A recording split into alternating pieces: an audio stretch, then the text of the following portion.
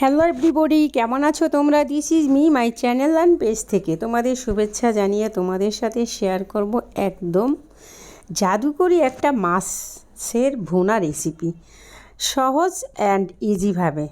আর এই মাছটা হচ্ছে নদীর পাঙ্গাস মাছ। নদীর পাঙ্গাস তো পাওয়াই যায় না, তারপরও অনেক চেষ্টা করে নদীর পাঙ্গাসটা আনা হয়েছে। তো সরাসরি রেসিপিতে যাচ্ছি। দেন রেসিপিটার জন্য এখানে আমি 7-8 টুকরা মাছ একদম ধুয়ে কেটে পরিষ্কার করে নিয়ে নিয়েছি।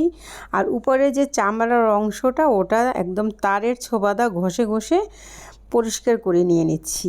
আর এখন লবণ হলুদ মেখে মাছটাকে সুন্দর করে নিয়ে নেব। আর এরই ফাঁকে বসিয়ে দিয়েছি একটা ফ্রাই প্যান, আর দিয়ে দিচ্ছি পরিমাণ মতো তেল।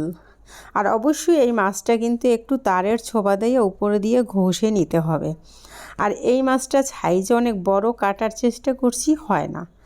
তো দেখো তেলটা হিট হয়ে গিয়েছে, এখন মাছের টুকরোগুলো দিয়ে দিব। আর দিয়ে একটা সাইড না হওয়া পর্যন্ত অপেক্ষা করব। মাছটা কিন্তু অনেক বড় সাইজের একটা মাছ। তো দেখো একটা সাইড হয়ে গিয়েছে, এখন আমি উল্টে দিচ্ছি। আর এই মাছটা একটু কড়া করেই ভেজে নিতে হবে। এই মাছটার ভিতরে কিন্তু অতিরিক্ত তেল থাকে। তো দেখো মাছটা আমি সুন্দর করে একটা সাইড ভেজে নিয়ে উল্টে দিয়ে অপর সাইডটাও আমি একইভাবে ভেজে নেব। আর এই একই প্রসেসে কিন্তু আমি সব মাছগুলো ভেজে নিয়ে নেব। তো পরবর্তী ধাপেও যে মাছ আছে সেটাও আমি দিয়ে দিচ্ছি। আর এই নদীর পাঙ্গাসটা খেতে কিন্তু একদম অনেক একটা টেস্টি।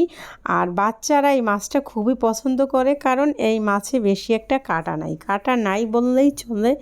সেজন্য বাচ্চারা খুবই পছন্দ করে এই মাছটা। আর নদীর পাঙ্গাসটা আমিও একটু খাই।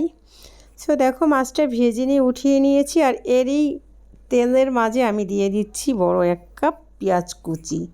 পেঁয়াজটা কিন্তু আমি সবসময় বললে একদম আমি ব্রাউন করি না, হালকা ব্রাউন করে ভেজে নিই।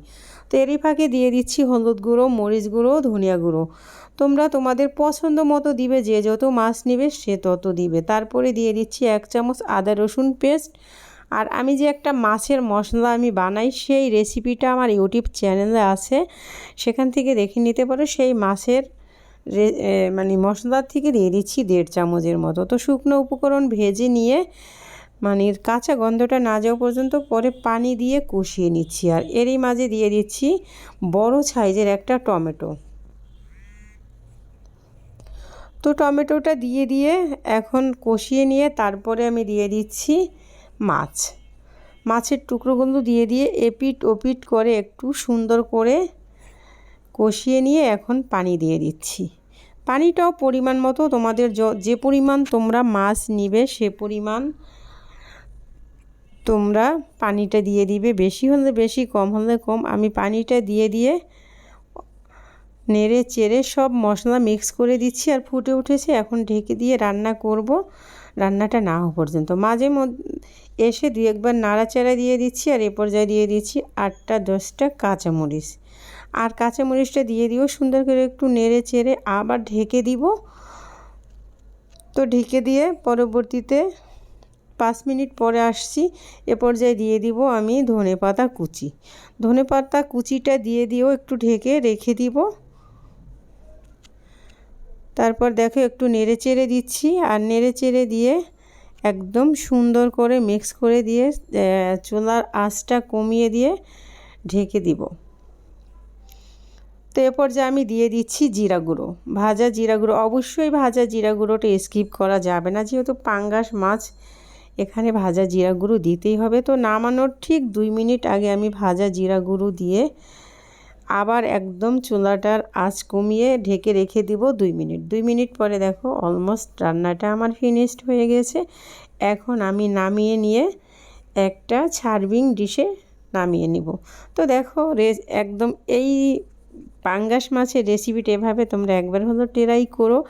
যদি রেসিপিটা তোমাদের পছন্দ হয় অবশ্যই ফ্যামিলি অ্যান্ড ফ্রেন্ডের সাথে শেয়ার দিয়ে দিও, তাদেরও দেখার সুযোগ করে দিও।